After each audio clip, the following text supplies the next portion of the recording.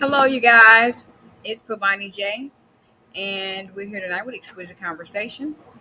And I'm the CEO and founder of Exquisite PR Firm, and again, the host of Exquisite Conversation. We have some enjoyable people with us tonight. I cannot wait to introduce Lady Miz and let her tell you what she has coming up, and we'll let everyone introduce themselves. Hello, one and only King Jacob, Kennard Music Management, Kennard Media, the COO of Exquisite PR Firm, and I run a few podcasts as well. So just happy that everybody is coming on with us and gonna chop it up with us, and we're gonna get the real, the rawness of the business. And Absolutely. and we also have Hey, what's up, y'all? It's Lady Miz, public fin- public figure, independent artist, songwriter, author, entrepreneur, etc., etc. So I'm excited to be on y'all show. I appreciate it, and I'm ready to get into it. right. Absolutely. So Pavani, check this Yeah. out. I and Lady Miz met in Atlanta some years ago, where we was out there feeding the homeless, and we Yeah. did a community showcase. And I was looking at the plugger, the flyer. I was like, I know her, I know her. And then as we reminisce, it's like, wow, it's a small world. You know what I mean? Yeah, It's a very, absolutely. very small world. So welcome again. So Nicole, you have the floor. Yeah. I was looking at this, you guys. From my understanding, we need to make sure this is going to be a late night conversation. You guys got to get ready for her. Tell us what's going on. What's up? You got some explicit vocals. You from New York. What's up? Yes. So right now, well, I'm promoting writing, but I'm really promoting my brand altogether. But right now I did release a single called Riding Out, which is I have probably two or three other songs that's similar to this song, but majority of my music is normally very conscious um music, but because I don't like to be put in a box and I like to be versatile, and when I'm writing, I like to just kind of be free when I'm doing that. So I decided to do writing, which is a very adult only type of song. So right now I'm just kind of pushing that, but I'm not just pushing that. I'm pushing, like I said, me as a host. I have my own podcast. I have my own potato chip company. um I have my own publishing company. So, I do a few different things, and, songwriter, etc. And I have my own books. I wrote 3 books. So I'm just really kind of like dipping and dabbing everywhere. I'm also working on a reality show with different people. So I'm busy. I'm busy. Yes, I'm loving it, and I'm busy. Yes. absolutely. I love it. Because the album's name is Family Business. How Yes. old were you when you got started? When you got started in the industry? Well, when I first started rapping, I was around 11 years old. First song I ever wrote to was Slick Rick and Dougie Fresh. It was called The Show.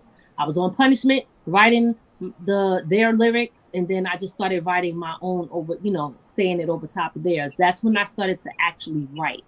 And then from there, I just continued to write. And it's just something that really just came to me naturally. It's not something that I had to be taught. I knew how to rhyme on beat. Like, it just all came just out of nowhere. But as the years went by, me just rapping, like, what I was used to was really just rhyming on the block with the guys, or just in the studio and the ciphers and doing all of that. So we would go in the studio and record songs, but I shouldn't even say songs, because sometimes they ain't even have hooks. We were just spitting. You know what I mean? We were just rapping. So I didn't understand anything about the business at all. So when I went to go really take it serious, I didn't know which way to kind of go with it. I was getting out there, and then I stopped. I got pregnant. So I was like, oh man, I'm not going to be able to really go hard the way that I want to, because, like, I'm about to have a kid, and I'm really about really being with my kids. So I'm like, I think I'm going to just take a little break. That break ended up being like 10 plus years. when I took that break for 10 plus years, I kind of thought that I didn't want to do it anymore because it for some reason, like the love that I had for it started to diminish. But the thing was, there was a void missing, and I felt that void. So music for me is a form of expression, but it was also a way for me to release what I'm feeling or just thoughts that go through my mind or just, writing about my atmosphere. So what I started to do was just like kind of write in a diary because I needed to write, right? So once I started writing, I was like, oh, I'm going to turn this into a book, right? So that's how I got into being, an author. I said, I'm going to put this out. The book I wrote, the first one was called Broken Then Healed. That was my learning experience book, I call it. And that book was about my life. And I talk later on about after I put it out, how I thought I was healed, but I really wasn't. So as I was doing that and getting into other stuff and getting into real estate, like all of these other things that I was getting into, I just got back into the music. to make a long story short, because I could go on for a while. But yeah, so I ended up coming back to the music and doing that. And then I started to learn about the business aspect of things and understanding that it's way more than just writing a rap song and going in and recording it. You got to really understand a lot that comes with it. And so as I continued to do that, that's what made me understand, like, it has to be way more than just music. It has to be about your brand and what else do you want to do and selling a product, because now with streaming really, if you got to get a lot of streams to get a little bit of money. So how are you going to make this business, because this is a business, worth it? That's what made me know it has to be more than just writing. I got to really focus on the brand in itself. So I got into podcasts and a few other things. Absolutely. And I love how you broke that down and kept it simple. Because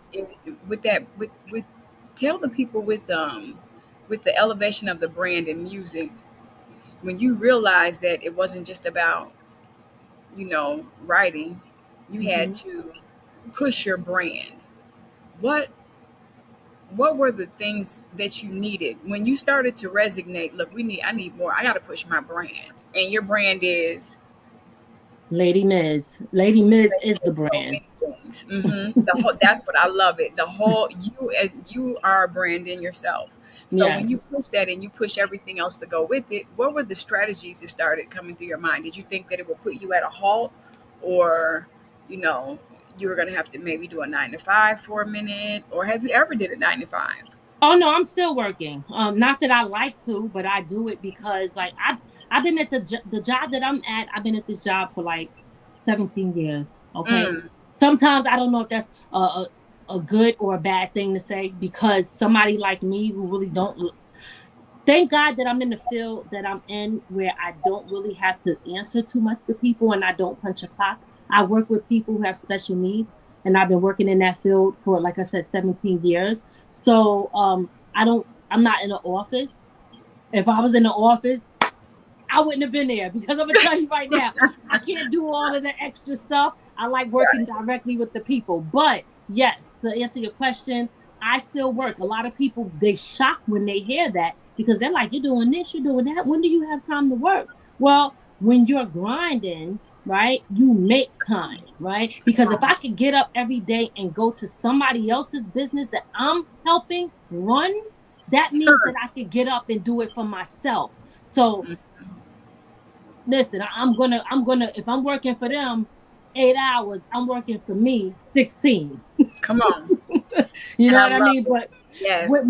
What made me want to, and I think this is what you was asking me if I got it right, what made me say, you know what, I have to look at this as a brand, is because when I realized getting into the music, I said, this is, they're not selling CDs no more. So there's no more direct sell with the customers. There's no more tangible things, and everything is changing.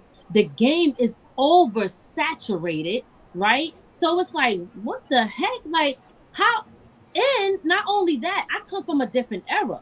So that's a whole nother story, right? But I come from the boom bap era. So when you're talking about what the sound is now, like people weren't even checking for that. And every time I listened, it was no longer about who's standing out and who sounds different. It became about who sounds the same. But I didn't want to allow that to affect my love for being a writer, right? Mhm. So I said, I'm going to continue to still write and put out music when I feel like it, because it is an indie world now, right? So that's the blessing in that, because you get to control, like what you do.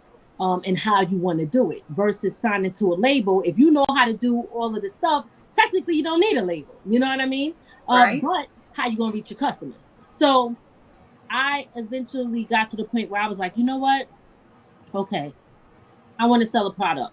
Oh, I'm on this show and they're interviewing me, and I'm gonna do a co-host, just to advertise myself. So I start co-hosting, and I realized I love talking to people. I like interviewing people too. So I'm like, I'm gonna start my podcast. I didn't take that serious until the pandemic. That's when I really decided to take that serious. But one thing led to another, and as I continue to go on, and rest in peace to DJ Cisco, this is how we met.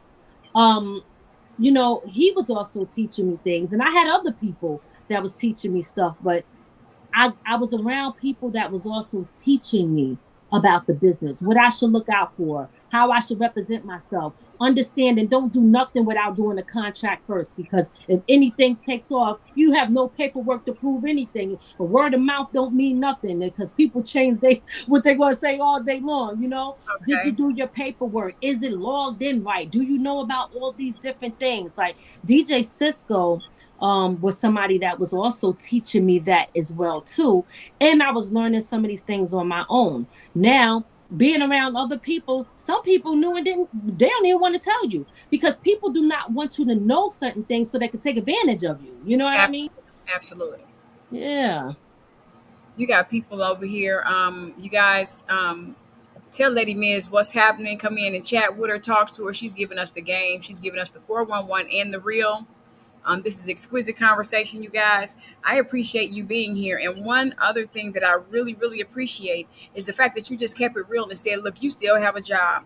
I have no idea why I asked you that. You have a 9 to 5. I usually don't ask people that. I guess that was just a nerdy question. I have no idea. I have no idea why I asked that question. I'm glad that you asked me that question, because a lot of people think that they be like, oh, well, you're rapping, you got a podcast, you're hosting, you have your own potato chip company, you're doing this and that. And the reason that I like to let people know I still have a job is because people don't understand that, like, a lot of these things take time to grow. Like, for me, getting back into this, and then the music part of things, and then branching off into all these other things that I'm doing, it doesn't happen overnight, and success is not overnight. So if you come in with the mindset like, I gotta blow up instantly just because you seen somebody on TikTok blow up so quick and you think it's gonna happen for you, like, that's not everybody's story. And some people don't understand. You might see a successful person and don't even know that it might have took them 10 to 15 years to get to that point. You know what I mean? Some people think that it's just it's a couple of weeks, a couple of months, and when it don't happen, they give up, they quit, and they get discouraged. My lifestyle, and with me growing up, I'm not discouraged, and I'm not afraid of failure. I failed several times. And I learned from my failures. So I'm not afraid to do things and, learn from my mistakes. Okay. That's fabulous. I heard so many pertinent things, you guys. Again, I'm going to say tune in to Lady Miz on Exquisite Conversation. Lady Miz, before I pass the mic over to King Jacob, I want to ask you one thing. Out of everything that you could have done, and you are so beautiful, out of everything you could have done, what made you want to start a potato chip company, girl? Because I know that it's fire. What happened? Where you come up with that? Well, what happened is I always wanted to sell a product. So I was selling shirts. I was selling like masks and stuff, and I wanted a product. So long story short, and this is actually a story that I'm gonna have to tell, like a whole nother. Might have to write about this, but I'm gonna try to shorten it up as much as possible. I came across a lady who I thought was going to be helpful to me, and we were talking about different things that we were doing, and I was paying her to help me kind of build my other business because I do mentoring and workshop classes where I teach certain skills about credit and other stuff, right? So as I'm talking to her about the other stuff and my music and things like that, and I was like, I want to do like products and stuff. So she tells me, well, she brings up chips, and then she tells me what she had in mind and what she was going to do. But then she says she's not doing it no more. So I'm like, well, I like that. I want to do that. You know what I mean? So we're talking, and then we start to do business supposedly together. And now, she's giving me ideas. She's telling me stuff, and I'm kind of like rolling with what she says, because technically she was really, if you think about it, she was supposed to be more of a mentor to me, somebody that was kind of like teaching me along the way. But the truth of the matter is, she wasn't really teaching me. She was using me and playing me, and I didn't know that. So what ended up happening was we went with the name originally that she wanted or had or thought of. She wasn't doing anything with it. Me and her decided that we were going to move forward, and then she stopped.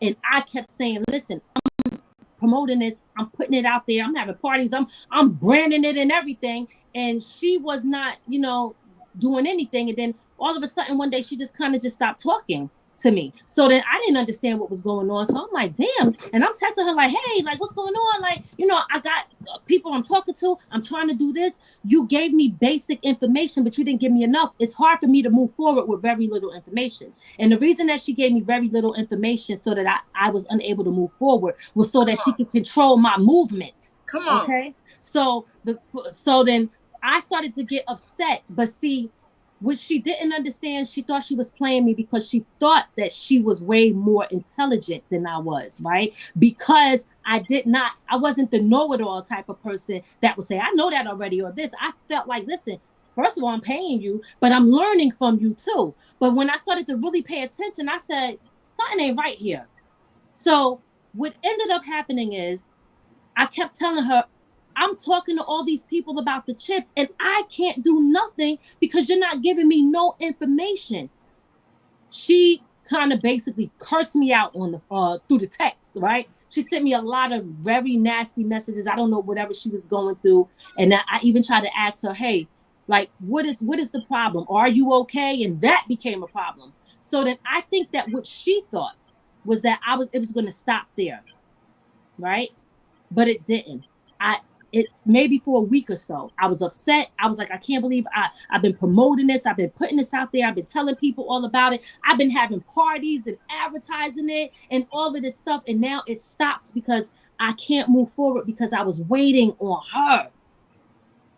That's when I woke up in the middle of the night. It was like 3:00 in the morning. I don't know what came over me, but I said, I'm going to figure this out myself like I do everything else. So I got up. I started to research, and I ended up finding out everything that she hid from me so that I was unable to move forward. I found out everything on how Cheetos and Doritos and Lay's do their chips. I was able to educate myself and find that out. And then I built relationships with all these different companies. And I even told them the story. I'm like, listen, I went through this and I just want to do things the right way. So I trademarked, I searched first. I made sure that the name that I wanted to use was not taken. Now, the name that I have, which I trademarked, is Boss Move, right? So when I was working with her, it was for female. It was a female empowerment thing. It was Boss Chick, right? And I told the people, listen, I still want to keep the boss, but I don't want to, use her name. I called the lawyer. And I said, what can I do where I want to make sure I'm not infringing? I want to make sure I'm not doing anything that, will affect her. And am I okay to do this legally, right? So my lawyer looked at everything. He looked up stuff. You're legal. That name is available. Nobody's using it. People are using Boss Move, but they're using it in different different categories. So like, for example, for anybody that want to know about trademarking something, like if you see Dove soap, right? but they're still Dove ice cream. They fall in 2 different categories. You can still trademark that as long as it doesn't confuse the consumer, right? So I went and I made sure that I spoke to, the lawyer, and I said, I want to do everything right. Everybody that I spoke to, I let them know the situation and that I just wanted to move forward and continue to do what I wanted, but I wanted to do everything the right way instead of trying to do it the sneaky way like she was trying to do it. So that's what I did. And listen, really, that's pretty much the story. So I ended up without so much detail, but getting to the point. So after that, I just moved on and started putting my product together and started pushing it. So that's how the whole chip thing came about. Wow. That's an amazing story. And for the people, when you've been in the game just a little bit, and you've been in the game, I'm assuming over 20 years now, right? Yes and no. So well, with the hiatus, right? The little hiatus you took. Well, the 10-year hiatus you took. Right. So Okay. yeah, so you talk in and out, you know what I mean? in and out. That hiatus that you took, I remain teachable. I always remain teachable. I tell people I remain teachable. Yes. And I heard what you just said. You just said, I'm not the know-it-all. So you were trying to grow and learn. Yes. And it's interesting that when you do that, because I remain teachable, that I'm always trying to download something in my brain from something. And I ask a lot of questions. And that comes from interviewing, comes from just my personality. To think that you are one with someone and you guys are on one accord and you guys are building and you think that. And when you find out that that's not true, I love the way you said it was like a week or 2 down. That jab right there had to be something else, because do you know how it feels? I know how it feels to be emotionally attached to something that you want to push and make happen so bad. And everything that they're giving to you is bits and pieces, and other people around you, maybe your husband, maybe your sister, maybe someone's telling you, no, something ain't right. And you're like, no, we got it. She's telling me we got it. That was me. Yep. Then when you get down to the nitty gritty, they were all right. And at the end of the day, you soared. I think that's a remarkable story. That's more than a conqueror. I really, really appreciate that story because I needed that story. That story was just for me. Oh, well, I'm glad that it was, because a lot of people have to understand one thing. In this industry, there's a lot of people waiting to take advantage of you. There's a lot of people waiting to sell you a dream and feed your emotions because they know that you want something so bad, right? And what happened is she seen the excitement in me and all of that, and I was just so happy to be doing things. She didn't even understand where it was coming from, because she didn't even know my struggle or why I was even excited. But she just seen an opportunity to act like she was somebody that was there to help me, when the whole time she had ulterior motives to do things to me and use me in a sense and control me. And I did this. Let me tell you one thing that everybody out there got to know. There's always signs that we ignore because we want what we want. You know what I mean?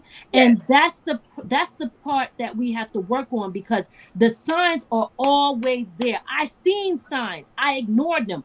I met this lady before and said something is not right with her. I am not working with this lady. Walked away. And when I got to a point of, wow, I really need help, maybe I should reach out to her, I did. You know what I mean? So, and it was funny because she was so quick. And I didn't know why, but now I know why. I know why now, because I was spending a lot with her constantly. Like, I was selling wine and CBD wine, all these different things with this lady. So, and not to make this be all about her, but it's just to tell people out there, like, be careful, because there's some cruel people out there. And even after I put the chips out, she was sending death threats to me on the phone and all types of things. It was just ridiculous. I couldn't believe it. And I'm like, how do you be the person that you are doing what you was trying to do, and you're mad at me? You're mad at me because I was able to do something that you thought I was incapable of doing because you underestimated me, and you underestimated how smart I could be. You thought I was stupid because you thought you could control me. So that's what the real issue was. And that's the moral of the story. And the moral, and I cannot, I just don't know. But what I can say is that just focusing in, listening to you, man, it's just amazing how, as being a human being and being in this world, when they say, everyone can go through the same thing, it's just how you handle it is what makes you different. That's right. And you can pick up something from someone, use it and utilize it in your situation or a situation, because you also said that you have a publishing company, so you do PR work too. So you know how that can be. They are Yes. And you know what's so funny? Front of the line. It's so funny because you gotta be careful with that too. Look, ducking and dodging, keeping your head on a swivel. I'll be like, whoo, watch out. And you have to have a powerful team behind you. I like how you move. I mean, just, I don't know. I like how you move. I really love, I don't know what it is, but I really love whatever it is you got. Your umph. That's what Thank you. Your umph. I really love your umph. Thanks. King Jacob stepped out for a minute. I'm assuming he'll be right back. Okay. You guys, oh, you are? Okay. I'm One of your cameras off. We would really like to, touch topics on whatever it is that you would like to touch bases on, which I'm pretty sure would be more of the music, because I'm getting all up in your business. So we're gonna turn it over to the music man and let him touch bases with you. But I will be bringing you back. We'll talk about that soon. Okay. Okay, so Lady Miz, who is Lady Miz? What does she represent? Lady Miz represents first family, entrepreneurship, happiness, and self-love. That's where it starts. That's where it starts. So I do I kind of went through pretty much what I do, but everything that I do, I try to include my family, my husband, my kids, even my mom. Yeah, so that's pretty much it. Okay, so a key fact, you say you represent self-love. So how does representing self-love impact your music to keep you driven as an artist and a well-rounded, diverse entrepreneur?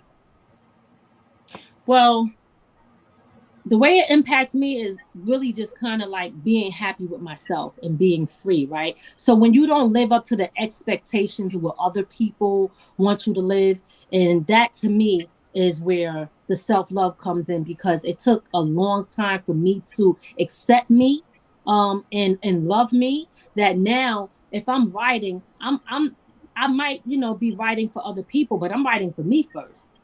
You know what I mean? I'm writing for me first, rather it's what I feel, like I said earlier, what I see, if I'm going through something, or if I'm listening to a beat and I feel like this beat is saying something to me. This is what I visualize when I hear it.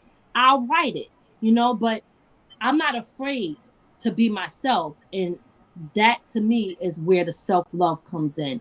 Because I know a lot of people, sometimes people are afraid. Like, for example, the songwriting. Most people really know me as a conscious rapper. So, and they haven't even heard Touch Me or Take It Slow, which is very similar to Riding, but Riding probably got maybe two really lines that make people say, oh, wow, Lady Miz is talking like that. But the thing is, so what?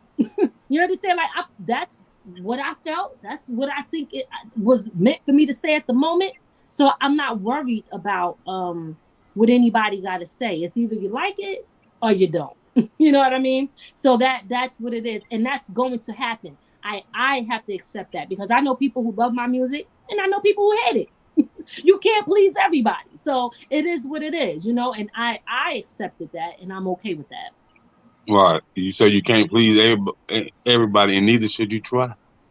That's too much Exactly. time. That's too much time and too much energy. That's a And fact. that's and when you're trying to please everybody, that's not a good place of peace. You know, Absolutely. that defeats the whole thing and the purpose of trying to have peace. So you're absolutely right about that. So let's talk about writing, and let's talk about that song in particular, and what was the whole creation and the concept of the song, and why you felt like this song would be a banging hit single.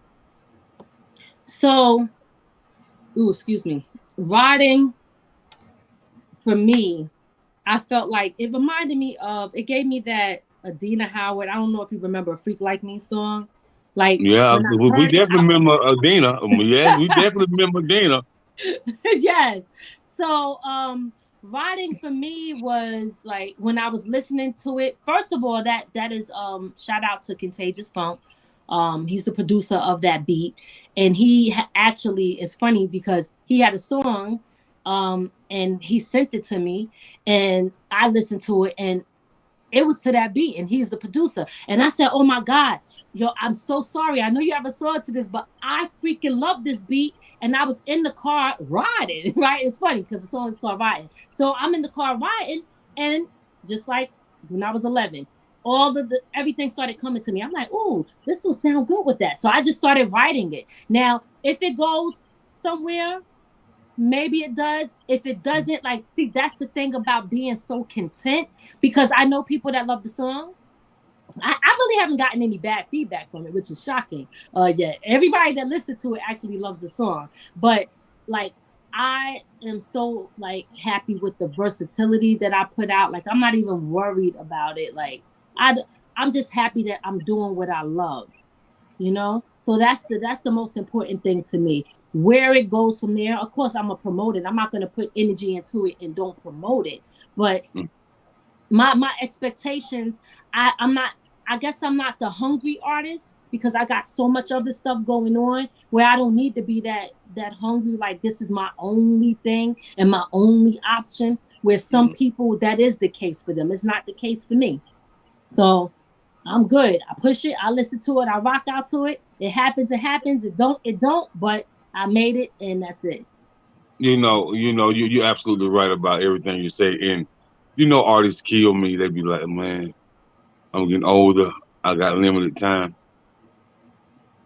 I say, okay, you want to be in the music business, but do you understand there's so many other things that you can do in the music business that has a sizable income when you're good at what you do, besides being an artist.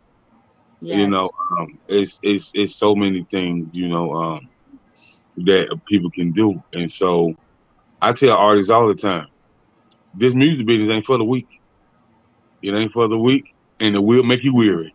You best believe that. You know what I mean?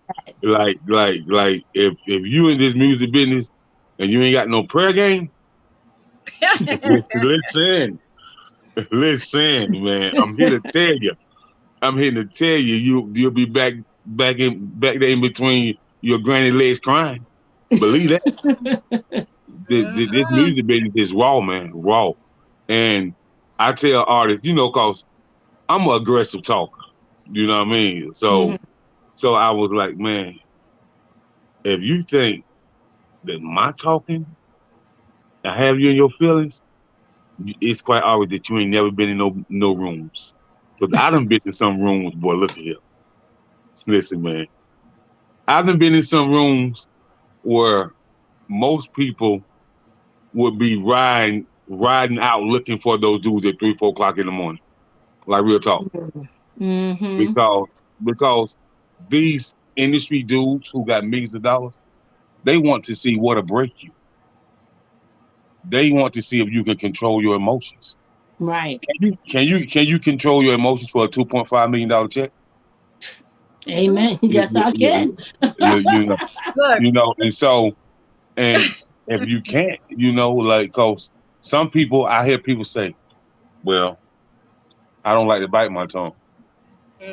I said, well, it's a lot of people that bit their tongue and they're millionaires now. So I don't know what type of bite you talking about, but sometimes you have to get in your mind that I need to get my foot in the door. Right. You know what I mean? Or you could just create your own building with your own door. You can, but see, this is the thing about indie artists.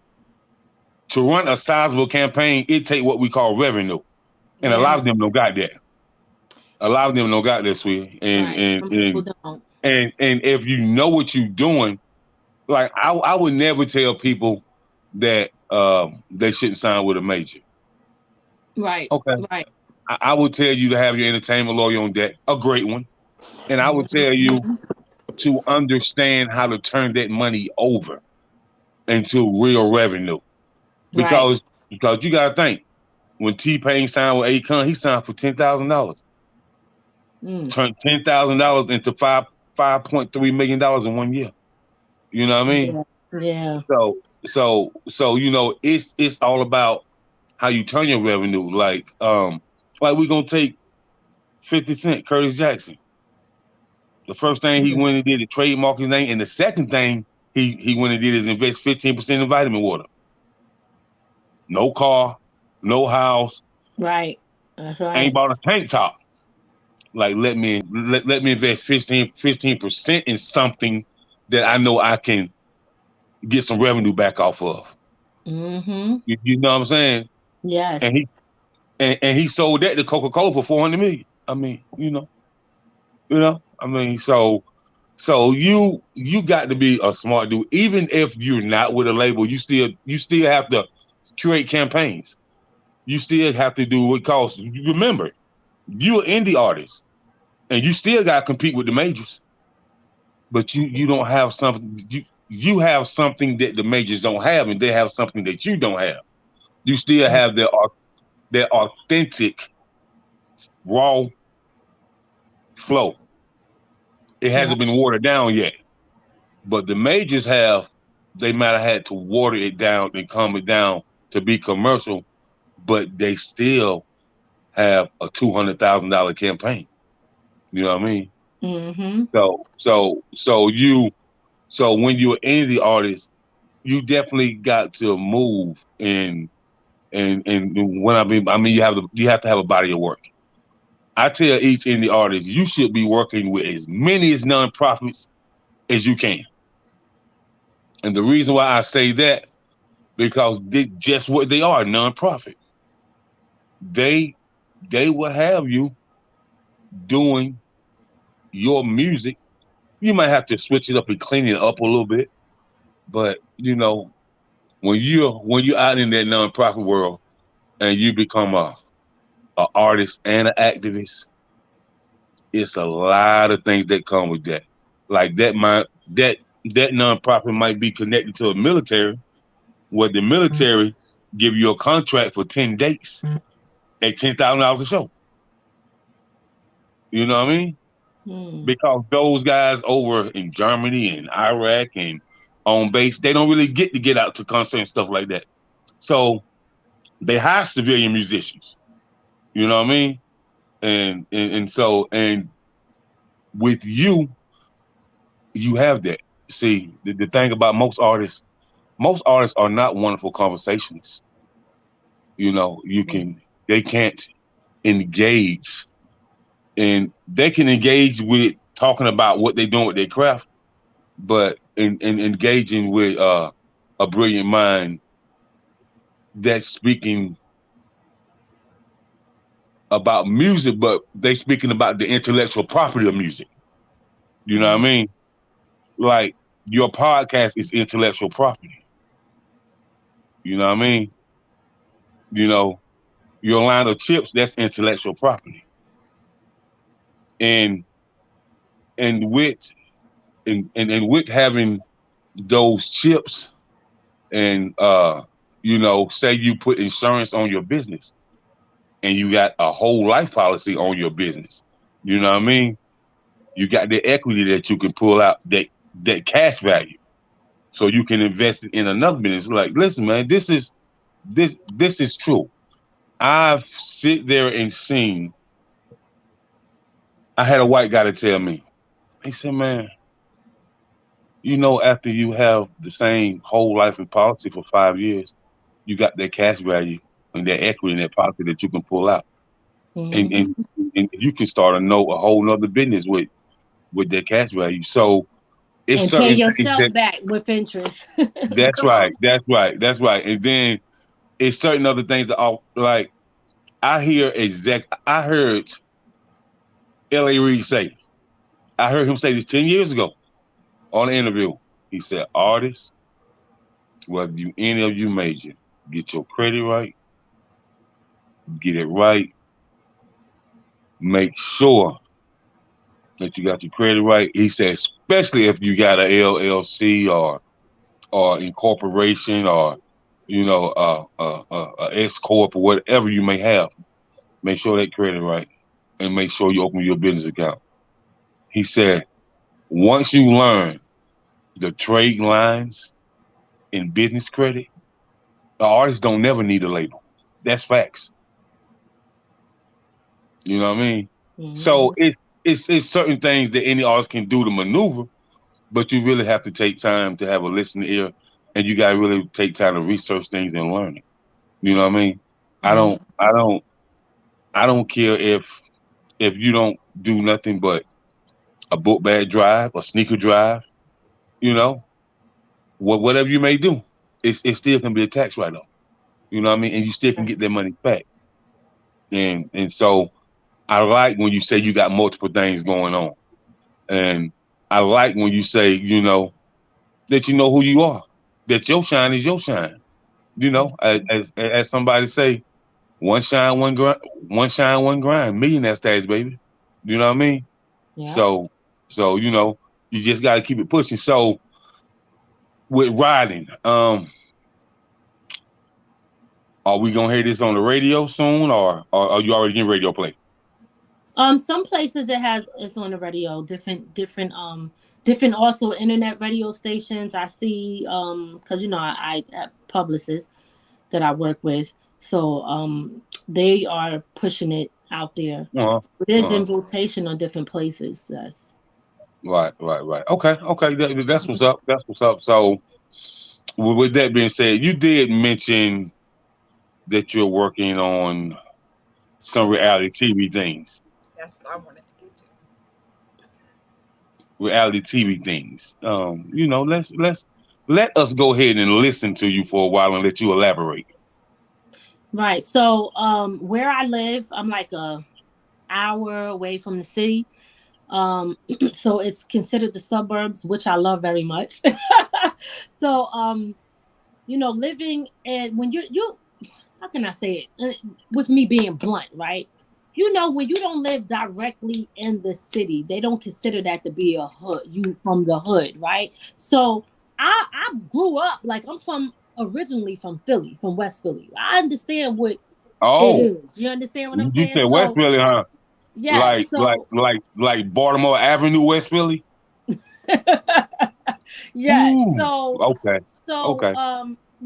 That's where I was born, but I left at a very young age, but I would still go back the summer, to see my dad and my brothers and stuff like that. But that's where I'm originally from. But then I moved to New York, but it was considered upstate New York at the time, which was about 20 minutes away from the city. But one thing that I noticed about when you live in the suburbs, people will act like, number one, there ain't no hood in the suburbs. There's a hood everywhere. And they will try to make people feel like they're not as good as if maybe their struggle ain't as bad. It's and I'm going to say this because I don't know any other way to say it, but our people have a tendency to really, darn it. Sorry, got an alert. Our people have a tendency to worship or things that we shouldn't be worshiping, right? We should be happy if we not in the freaking hood. Like, the hood is good, don't get me wrong, and if you learn from that, that's a great thing, right? But at the same time, don't act like that somebody that's not from or living there at the time is less than you, don't know nothing, all these things. So what I said is, me living where I live, there's a lot of talented people here. So it don't even freaking matter where you from, because if you're talented and you got things going for yourself and you work hard, your location means nothing. You know what I mean? Because you can move the way you want to move if you hustling and doing what you got to do. Absolutely. So me growing up where I kind of grew up, well, not kind of, where I did grow up, and then me moving where I live now, it's still in a certain area. So we call it the 845 because that's what it's considered now. That's the area code, 845, right? So I'm like, you know what? What I always never liked was when people from this area always lied and said, oh, I'm from Brooklyn, or I'm from the Bronx, or they always would name all these cities as if that was going to make them a better person. To me, I always felt that was weak. I always thought that was a sucker move, because the place is never going to make you. The people make the place. So I don't care where I'm at. Like, I think no matter where I go and no matter where I'm at, I feel like I'm dope. And I don't need to be in the area for somebody to say, oh, you this and that because you're from here. Listen, it don't even matter. I could be in West Bubblefuck. Excuse my language. I don't know if I can. If I'm out in West Bubba, you know what? And that's where I'm at, then I'm going to do what it do there. I'm going to rep it because it's me. You understand what I'm saying? It's not the place. It's me. I do know. It's too bad. I live on the outskirts of Chicago, so I absolutely know. You understand? Yes, I'm from the suburbs of Chicago. And so when people say, where are you from, Chicago? No, I'm from the suburbs of Chicago. And so then I begin to get treated as if, and I don't know why. I just told this to Jacob and someone else the other day. Like, I don't know if these glasses right here make me look halfway slow, but I try to tell them, stop playing with me. Like, I don't know what's going on. Like, I know what's going on. I'm with the whatever too. Like, I get it. But because you're from the suburbs, you're not cool enough. You get shunned. You get turned down. Yes. Well, at least you from the suburbs, so I can just tell you, like, I'm from the country of South Carolina, and when I first moved, I moved to Southeast DC. So it's like, oh, then it's like, oh man, I'm sorry, bro. I ain't know what you ain't know. My hands was nice like that, so I was calling from the country. You know what? It's funny you say that, because that's another thing that people always reference to too, like the country, slow or weak. Like, nah, like, see, that's stereotype, and that's what I'm saying. Like, our people got to stop thinking that, you got to be from this area to be this way. Nah, like, some people is just self-made people. Is in them. You know what I mean? It's in them. It's not on them. It's in them. So it don't even matter. So again, like you said, like, being, from where you live at, if it's on the outskirts of Chicago and even from the South, like, it don't even, people look at that and they start to judge based off of that right away. And I'd be like, really? Because your hustle might not even be as strong as mine. You understand what I'm saying? And like, it's it not don't make a difference. So bottom line is just making it in the 845. I'm like, okay, so we're in the suburbs, but it's dope here. You know what I mean? And it's good and it's bad. And there's hood everywhere. And there's nice areas too. We live in a nice, beautiful area. I'm not going to be one of them people that always want to worship and glorify, I'm from the hood, I'm from this and that. Nobody who wants to live like that. Isn't everybody always say they want to get out the hood anyway? So stop acting like that's the place where you really want to be. I can tell you this right here. The ones that want to get out, they get out and they never come back. Right, my parents used to say when they were growing up, and I would say, where you going? We going to the hood. And I'm like, sit your ass down. You don't know what you're talking about. You have no business going there if you have to say it like that. What you mean? We going to the hood, mom, to play? What? I Yeah. remember being in the hood, trying to get out of the hood, doing whatever we could to get Okay. out of the hood.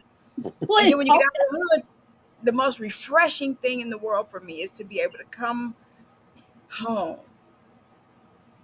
get out of my car, walk to my door, and not duck or jog, or have to run to get in. Because see, when you live in Chicago, or if I'm at my grandmother's house, I got my head on a swivel almost. Like, you're watching everything, locking your doors at the stop sign. Like, that's not a way to live. Thank you. That doesn't make me any less valuable. Thank you. Than And the that is person it. who wants to be, who any less valuable than anyone else. I mean, I still know what, things mean, slang talk, or the way I speak. Right. Separates me amongst the flock. I mean, I have to have a job. Like, you can't, and that's one thing that I really respect about you. I never would have thought that you said that you worked a job, a 9 to 5, but you've been doing it for 17 years. And so, it's something that you haven't given up, because I see that you have multiple streams of income. Because people do think that when you step into this realm, when you're in the music realm, when you're on stage and they see you, you're doing your thing or whatever. Nicole, Let me tell you something. But Vonnie J, that's the biggest lie far from the truth. And that's why it's important for people to know it's okay. You should never make people feel bad for having a job or doing what they got to do to make sure they're good. Because see, and the sad part is, and then I'll get back to the making it in the 845. But the sad part is, like, this industry is based off of a lot of lies. You understand what I'm saying? It's based, and then people on the outside, they looking in, they believe those lies, and then they try to fit in and be a part of it, and then they'll do things, sell their soul to jeopardize themselves and put themselves in a bad position to live up to a fake expectation that's not even real anyway. So now you over here, doing all these different things and going through this stuff, listen, people buy fake numbers and all that stuff, and then turn around and look at you like, oh, you ain't got this many followers, but your followers is fake. You know what I mean? Right. You judging me because I don't have 10K followers, but you got 17K and only 2 likes. Nobody's engaging in your stuff. That means that all of your followers are fake, but you looking down on me because I'm realistic with mine. Fine. I don't have a lot, but I do got more that's engaging, and I'm okay with that.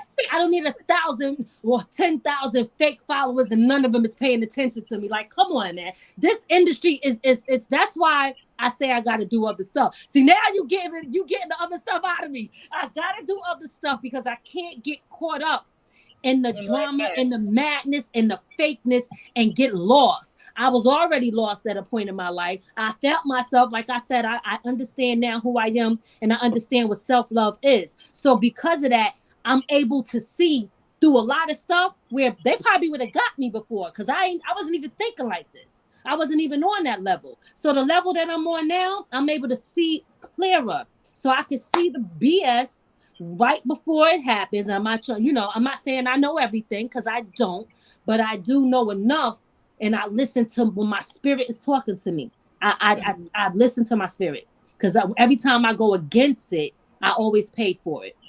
Now, to answer, just to sum up for the making it in the 845, that is for the people that live in this area that's grinding, who might not have gotten a chance, or there's even some people that's a part of it that's been mainstream, but they live in this area and they still hustling to stay relevant and stuff like that. So this is what making it in the 845 is about. It's about us. It don't matter where you from, and all of that. If you are grinding and putting in work, that's all that matters. It's about making it from where you're from. So that's what it's about. Thank you for the originality. And might I add, the 845 has some raw talent up there. I met a few. How everybody else deal with a lot of artists from the city. I had a chance to deal with artists from like Rochester and Buffalo and Albany and places like that, which are hidden gems in the state of New York, because nobody be checking for places like that, and they got some of the rawest talent. Right, and Real that's close not to Canada, 845 right? area, but that's even further upstate. But yes, that Rochester, Buffalo, and Albany, that's like really really upstate. But there's still dope artists there too. You know what I Mm-hmm. mean? It's like where I live is, we call it upstate because it's not in the city. You know what I mean? It's like on the outskirts, but we're not really that. We're not that far So up. are you close to Yonkers or no? Yes, more closer to Okay. Yonkers. So that's Okay. when I say we're about 45 minutes to an hour away. That's talking Yonkers, Manhattan, White Plains, Bronx, right? Right. When you start Right. going into Queens, Brooklyn, and Long Island, now you're talking an hour and a half. You know what I Right. mean? So Right. depending on where you go, Right. it Right. could Right. be Right. longer. But yeah. Yeah. So I figured you was close to Yonkers though. Yeah, yes. So we And I'm gonna talk tell you about right now, I would never move in the city. I would probably go there, but I would never. I love where I live. I love being in the suburbs, like you said, sis. You like to come in, walk out, be safe. You ain't gotta be like, oh, and ducking. You know what I mean? That's how we're supposed to live. We should never get comfortable with glorifying being in the area where murder is at. I actually know people that brag about how tough their neighborhood is and how you'll get shot. They think that that's a cool thing. You know what I mean? And it's like, damn, it's sad that, our very people, sad. yeah, think like that, because we shouldn't. Very But it's a point where I did when I was like 14, 15. I was there before, so I understand, But but but it but ain't but right. 14 or 15 is not an adult. Right, That's like child's play. So right.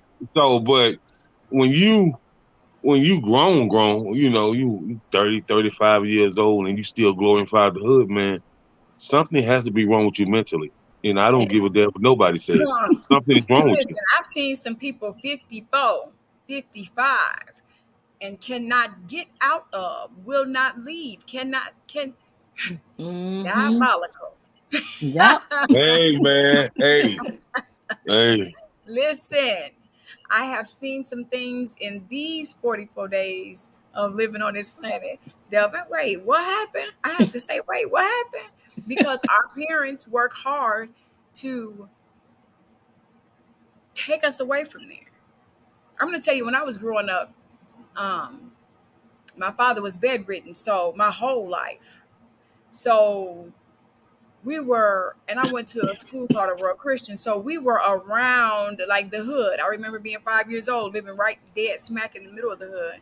My mother getting this great job, and we moved out of the hood. We moved so far away from the hood, it took us 20 minutes to get to the grocery store, right? Ooh. And we lived in like subdivisions, right? In between Okay. Caterpillar and Armadale. So it was like the people who worked there had to live in this place right here. Um, and that was just the protection. I remember, like, so as I got older, I remember we lived in a home. We lived in a townhouse, and these are the elevations, and these are the things that they were doing. However, they were getting the money and doing whatever they needed to do to keep their child from seeing and knowing certain things about the hood, that the hood will make you digest if you live in the hood, directly in the hood. Mm. You can always go to the hood. So what happens, even if the furniture, even I can remember times when I don't um, want to go.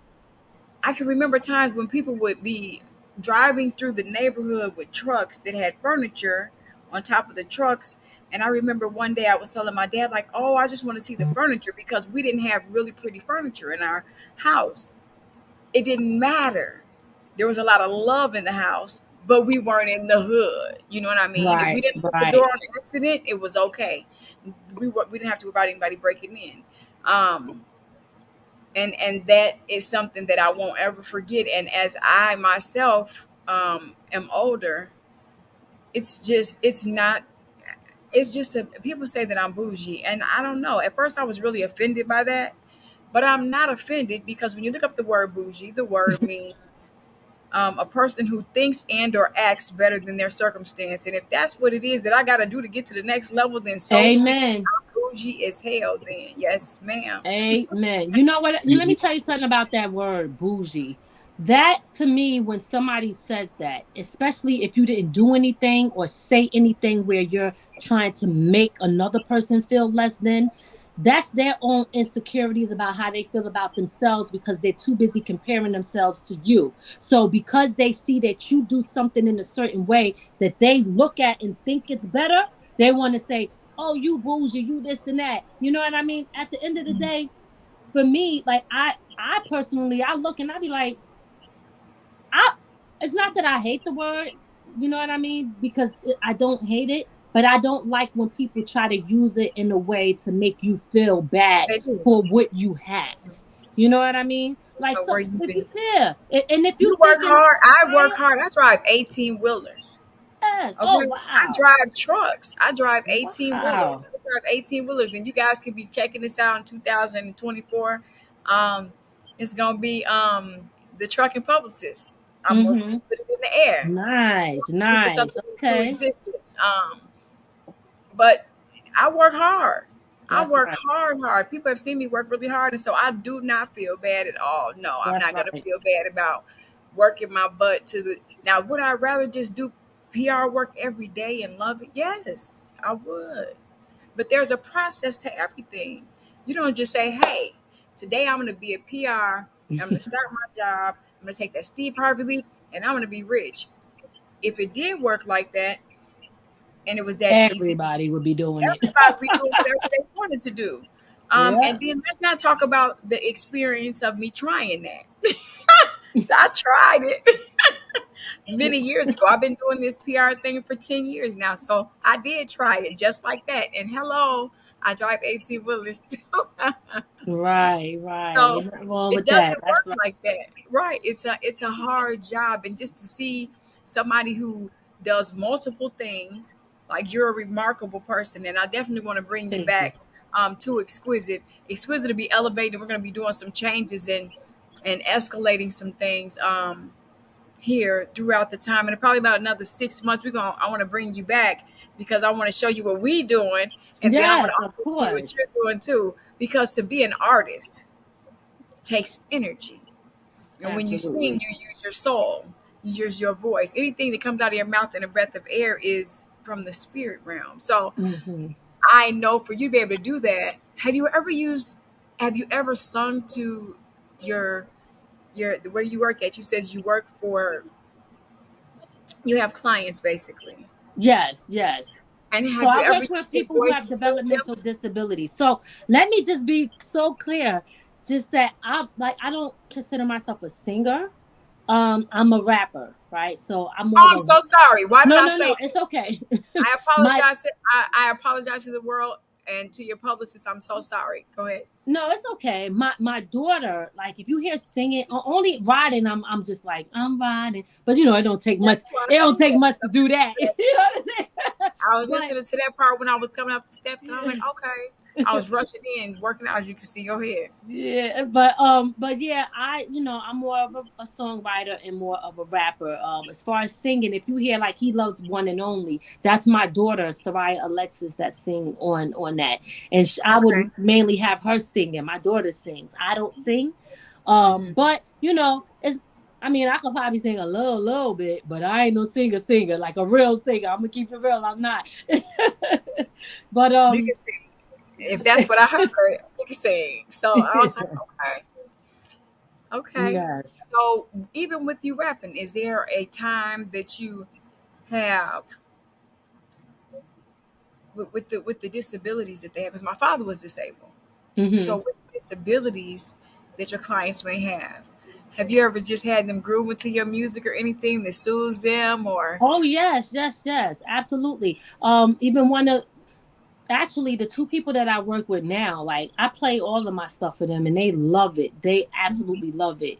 One of the ladies that I work with, and she's like an older white lady, but she always say, "You're a good singer," but I try to say rap, but I just let her say singer. And I be yeah. like, "Thank you," but I play my music, and the other young lady I work with, she's like my age, young black girl, and she married with kids. She listens to my stuff. She loves it.